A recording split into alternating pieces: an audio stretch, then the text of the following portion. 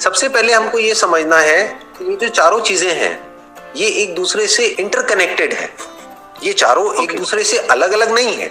बहुत लोग यही गलती करते हैं। वो क्या करते हैं, वो ये समझते हैं कि स्पिरिचुअलिटी एक अलग बात है या स्पिरिचुअलिटी कुछ और है, रिलेशनशिप कुछ और है। यहाँ तक कि बहुत लोग तो ये भी सोचते हैं कि अगर हम स्पिरिचुअल पाथ पे चल रहे हैं तो हमको रिलेशन से दूर रहना है या डिटैच हो जाना है या फिर ज्यादा इन्वॉल्व नहीं होना है। आप समझ गए? तो बहुत बड़ी गड़बड़ है। जो भी पाथ हमको इन चारों चीजों से जोड़ रहा है वो पाथ एक एब्सोल्यूट पाथ है, वो बिल्कुल सही पाथ है। जो हमको अलग कर रहा है, इन चारों चीजों को एक दूसरे से अलग समझ रहा है या अलग कर रहा है, वो गलत बात है। तो क्या समझना है, बिना हेल्थ के रिलेशनशिप का क्या करोगे? नहीं कर सकते, है ना? चलो हेल्थ भी आपकी अच्छी है, पैसा भी बहुत है, अगर रिलेशन ही नहीं है किसी से भी, किसी से कोई कनेक्शन, बहुत कुछ जानता हूं मैं। हाँ, ऐसे बहुत लोगों को जानते होंगे और ऐसे बहुत लोग हैं दुनिया में जो अकेले हैं, जो लोनली है, अंदर से खाली है। तो अब हमें ये समझना होगा कि रिलेशनशिप्स में आगे कैसे बढ़ते हैं, फाइनेंशियली आगे कैसे बढ़ते हैं और हेल्थ वाइज कैसे आगे बढ़ते हैं।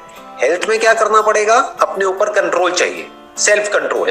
अगर मैं शॉर्ट में आपको इसका आंसर दूं, जो आपने क्वेश्चन पूछा है वो ये है कि हेल्थ को कैसे मेंटेन किया जाता है, सेल्फ कंट्रोल से। अपनी जीभ पे कंट्रोल होना चाहिए, मोस्ट इंपॉर्टेंट। ठीक है। नंबर 2, मेहनत करने से पीछे नहीं हटना है, यानी फिजिकली वर्कआउट करने से कभी भी पीछे नहीं हटना है। बुरा फील भी हो रहा है तब भी एक रूटीन बनाना है और उस रूटीन को फॉलो करना है। ये हो गया हेल्थ। रिलेशनशिप्स के लिए क्या करना है, रिलेशनशिप्स के लिए आपको अंदर से खुश रहना है। फिर चाहे आपका रिलेशन किसी लड़की से हो, चाहे किसी दोस्त से हो, चाहे घर वालों से हो, हर इंसान एक खुश इंसान से जुड़ना चाहता है। आप किससे जुड़ना चाहोगे?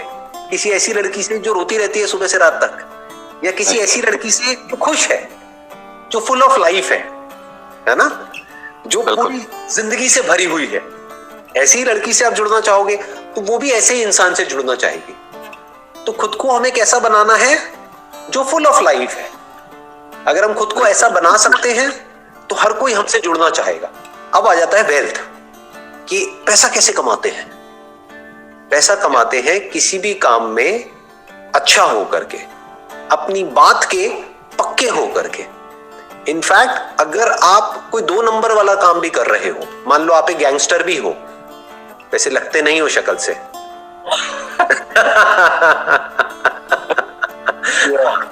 आप बड़े अच्छे इंसान लगते हो शक्ल से, लेकिन मान लेते हैं कि अगर आप एक गैंगस्टर भी हो तो वहां पर भी एक क्वालिटी आपके अंदर होनी चाहिए कि आप अपने बात के पक्के हो।